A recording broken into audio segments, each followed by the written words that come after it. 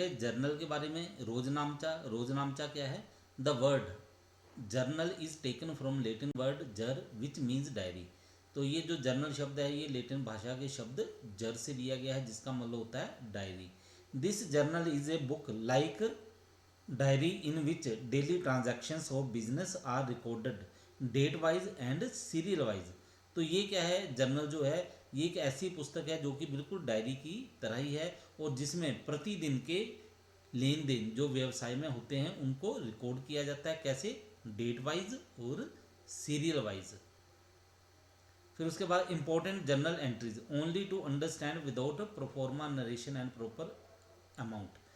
तो ये जो आपको जर्नल एंट्री नीचे दी जा रही हैं, इसमें कोई जर्नल का प्रारूप नहीं बनाया गया है, कोई नरेशन नहीं की गई है, और अमाउंट भी प्रॉपर नहीं है। ठीक है, तो ये सिर्फ क्या है? ये सिर्फ आपके समझने के लिए है, क्योंकि कई बार क्या होता है एग्जाम में आपसे क्वेश्चन जो है जर्नल एंट्री के बारे में पूछ लिया जाता है कि किस आइटम को डेबिट करना है, किसको क्रेडिट करना है और कितनी अमाउंट के साथ करना है। तो चलो इसको देखते हैं। पहली है हमारे पास transaction, Ram started business with cash ₹10,000। तो इसकी जर्नल एंट्री क्या बनेगी? Cash account debit 10,000 to capital account 10,000। अब ये जो डेबिट किया क्यों किया है? आपको रूल पड़े हुए आपने डेबिट क्रेडिट के, उस हिसाब से चलो।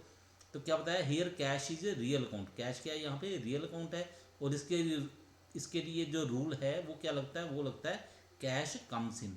ठीक है, कैश कम्स इन है तो इसको डेबिट किया। ठीक है, टू कैपिटल अकाउंट। तो कैपिटल अकाउंट क्या है? कैपिटल है पर्सनल अकाउंट, और यहाँ पे रूल क्या है जो एप्लीकेबल बना है? Ram is giver. ठीक है, रूल आपको पता है रियल अकाउंट का है आपका debit what comes in, credit what goes out. और पर्सनल अकाउंट के लिए क्या था? Debit the receiver, credit the giver. ठीक है, और यहाँ पे कैश क्या है? रियल अकाउंट है, रियल अकाउंट के रूल के हिसाब से कैश कम्स इन है तो डेबिट किया। और कैपिटल क्या है? ये पर्सनल अकाउंट है, तो यहाँ पे रूल जो है उस हिसाब से ये क्या है? राम गिवर। ठीक है, तो इसको हमने क्रेडिट कर दिया। इसी प्रकार बाकी की ट्रांजैक्शन देखो। Goods purchased for cash ₹5,000 and on credit ₹3,000। Goods खरीदी गई 5,000 की नकद और 3,000 की उधार। तो एंट्री कैसे करेंगे? Purchases account debit 8,000। तो 8,000 की गुड्स खरीदी गई हैं। ठीक है, तो गुड्स कितनी है? गुड्स हैं 8,000 की। कैसे? 5,000 कैश में खरीदी थी और 3,000 उधार में खरीदी गई हैं। और आपने गुड्स शब्द नहीं लिखना है, जब गुड्स खरीदी जाती हैं तो परचेजर लिखना है, अगर बेची जाती हैं तो सेल्स लिखना है। टू कैश अकाउंट, तो कैश क्या है आपको पता है? रियल अकाउंट है। कैश यहाँ पे क्या हुआ? Goes out. To supplier account, यहाँ पे सप्लायर क्या? पर्सनल अकाउंट, और पर्सनल अकाउंट यहाँ पे ये क्या है? गिवर है। ठीक है, इसने गुड्स जो हैं वो दी हैं। तो ये आपको बता भी दिया है। The word goods is not used in journal.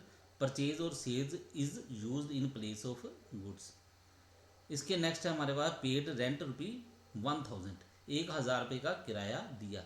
तो इसकी एंट्री क्या बनेगी? Rent account debit 1,000। तो रेंट क्या है? यहाँ पे नॉमिनल अकाउंट है, रूल क्या है? Debit all expenses.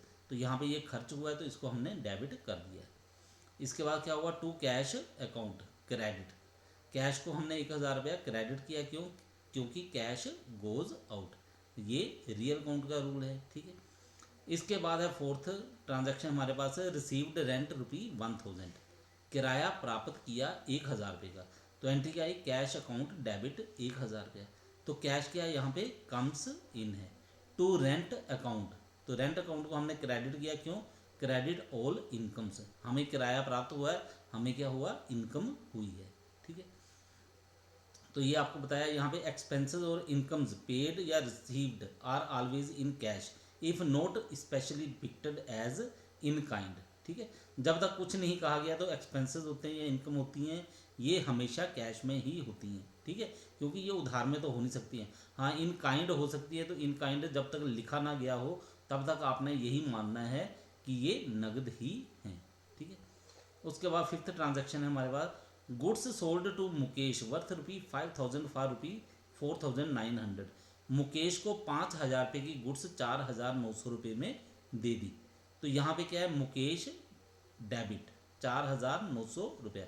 Personal account है, यहाँ पे आप अकाउंट लिखना चाहते हो लिख सकते हैं, नहीं लिखना है तो आप इसको छोड़ भी सकते हैं। तो यहाँ पे अकाउंट शब्द का उपयोग नहीं किया है, तो आप ऐसे भी कर सकते थे मुकेश अकाउंट डेबिट। ठीक है, पर पर्सनल अकाउंट में क्या है? ज़्यादा करके छोड़ देना होता है, तो आपने इस शब्द को लिखने की जरूरत नहीं है। मुकेश डेबिट 4,900। ठीक है, मुकेश यहाँ पे क्या है, ये रिसीवर है, इसको 4,900 रुपये की गुड्स प्राप्त हुई टू सेल्स अकाउंट, और गुड्स कितने की गई, 4,900 रुपये की।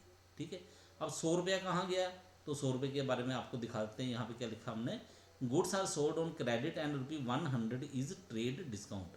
ठीक है, ये गुड्स उधार बेची गई है, जो 100 रुपया जो कम लगाया गया है वो क्या है, ट्रेड डिस्काउंट। और ट्रेड डिस्काउंट जो है उसकी एंट्री जो है वो नहीं की जाती है। ठीक है, सिर्फ अमाउंट लेस कर दी जाती है। ठीक है, 5,000 रुपया था, 100 रुपये का ट्रेड डिस्काउंट है, ट्रेड डिस्काउंट को नहीं लिखा, लेकिन अमाउंट लेस करके ट्रेड डिस्काउंट की बाकी का अमाउंट लिख दी 4,900 रुपये।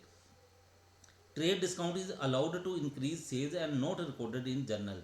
As sales increase, rate of trade discount is also increased up to a limit. It is not necessary to write account with personal accounts. जो पर आपको बोला वो सारे का सारा यहाँ पे समझा दिया गया है।